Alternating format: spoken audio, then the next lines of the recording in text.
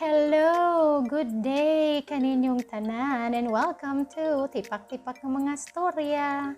Guys, mo na title sa akong YouTube channel ha. Ayaw ninyo kalimti. So, Bisaya o English ang naa dinhi kay bisdak man ta. So, Bisaya ta. Although, may panahon nga di ko hunahuna og sa Bisaya sa kanang word. So, pasaylo in taon ko. So, i-mix na lang nato, no? So, anyway, Tipak-Tipak ng mga Storya. Matod pa sa title meaning magstorya ko ninyo sa akong na-experiensya, sa akong kinabuhi sukan sa akong pagkabata, pag high school, pag college, panarbaho, hangtod na minyo, o hangtod karon nga usan ako ka ginikanan. So malingaw mo guys din sa akong YouTube channel, ayaw kalimot pag-subscribe, pag-like sa button, pag-subscribe, o pwede sa mo comment. Kung makarelate mo sa akong mga istorya, comment. Kung naamoy disagreement, pwede po mo disagree. Wala na ko'y problema na ha. So again, see you. Kita-kit sa akong YouTube channel. And again, tipak-tipak ng mga istorya. See you. By the way, walang kay kita ay sa itong mga naong ha. Kay di pa ta ready na. Paabot lang tag mga pila ka 1,000 subscribers. Una ta magpakita sa itong naong. Okay guys? Hindi mo malisan. Basta maghawa na mo din mag-unsubscribe na muna ako. Bitaw. Soon, mapakita ko sa akong naong. Okay? So, there you have it. Thank you so much for subscribing. And again, tipak-tipak ng mga istorya sa atong kinabuhi. Kailangan tayong mga talipay, kalisod, mga, failures and successes in life. So, istoryahan na nato din sa akong channel. Tipak-tipak ng mga istorya. Bye-bye and God bless everyone. Ngayon tong bata pa ko, ingon sa akong mama, mahilak daw ko. Pero, di bupod ko kung makatsyempo. Pwerte na akong mahilaka kay kung unsay akong gusto, hilak magyudayon kay dali ra kay matunol. Pero one time nihilak og maayo, agoy ang gitunol bunal, nabunalan.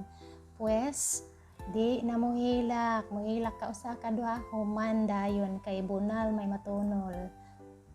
Og sa gamay pa ko, nagdamgo jud ko mga makadulaan og luto-luto.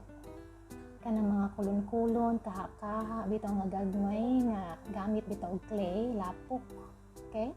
Mga kulon nga lutuan akong gipangayo. Pero migyud ko sige pangayo sa akong mamahan ug inahan in taon. Pero siguro kapoy na to sila nako pa sige pangayo, sige kadungog sa ako ang gananay kulon-kulon ma. Taod-taod jud taon nila napalit kay kwarta ni hitman kaayo.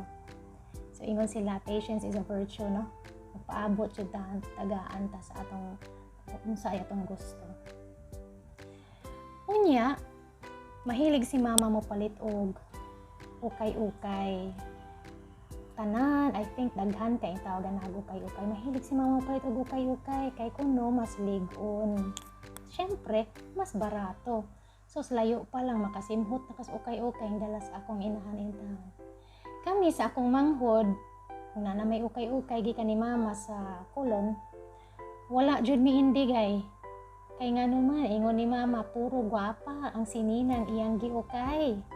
Sos, ay mo pag-away, kay maora na gihapon, inukay. Mo iyang ingon.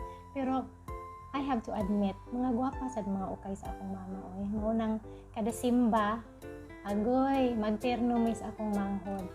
Pareha mig design sa sayal pero color ay lahi. Pareho mig t-shirt ba pero design ay lahi. Or may nana bitaw.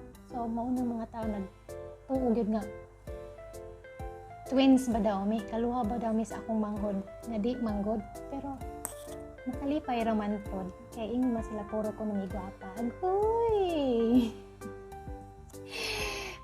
Anyway, manghimuay og bag ang negosyo sa akong mga ginikanan. Pero ang problema lagi kay maayo ra man ni siya nga negosyo kung tig-abli sa klase. Kung wala na abli sa klase, well, mangutkot na pud sa kay walay bayad sa tuition, mahal ang eskwelahan, especially private ang eskwelahan, no? Ano sa pagka mabarato ang mga eskwelahan karon. Anyway, maong maglaway na lang miss bag nga display sa tindahan. Kay nga naman, sa tindahan daghan kaayo mga nindot nga bagi kan sa laing naso Taiwan daghan kaayo mga dikolor ba sila daghan kaayong designs, lain-lain lag color, mo maingon din mi tay, bag tay, be palitin ni bagong bag, maingon din akong tatay. Ayaw na mo ana nga mga bag, kay kausa ka duwara na ninyo nga gamit, kay human ana guba na, mas lig-on gyud ang trabaho sa inyong tatay.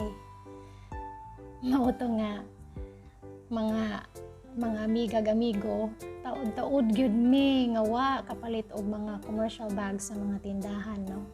So ang bag ra gyud tong hinimo sa akong tatay tuod man perte kalig-on.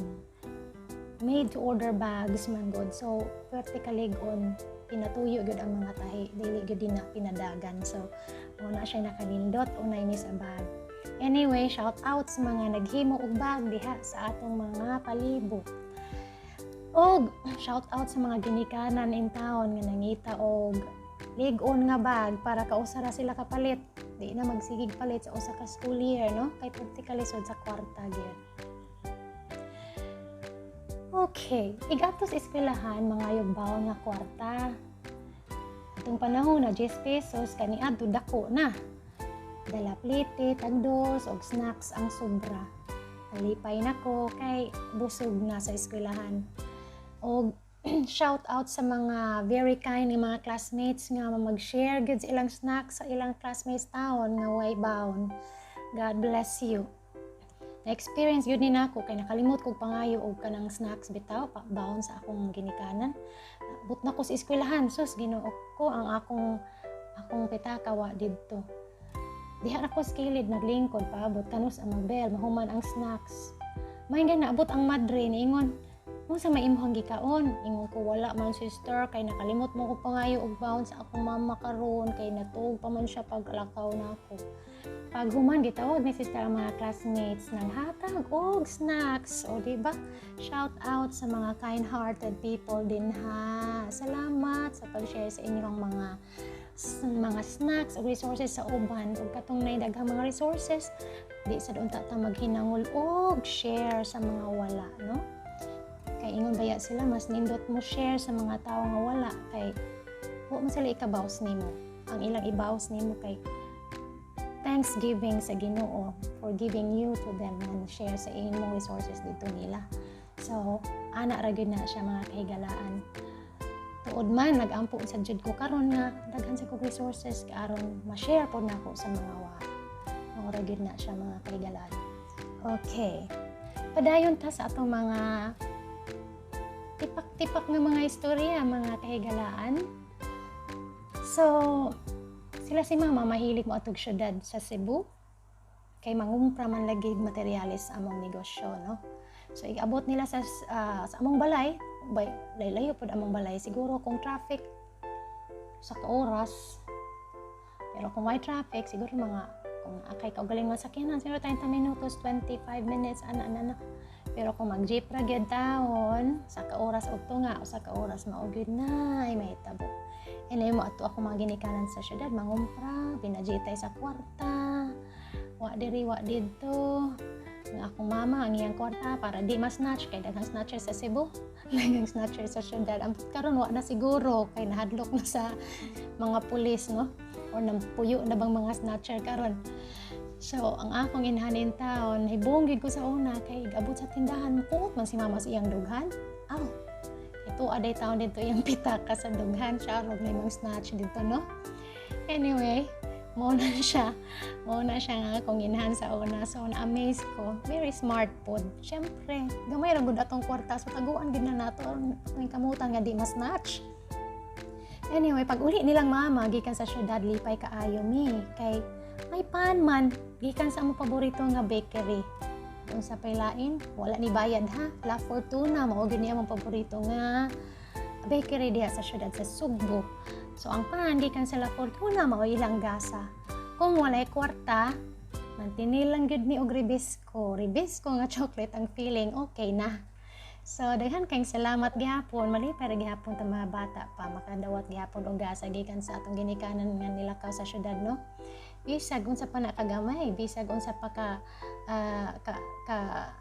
kagamay o tan-aw nimo nga ay nilami pero malami naman pud gihapon kay gikan gud sa ilaha nga nilakaw.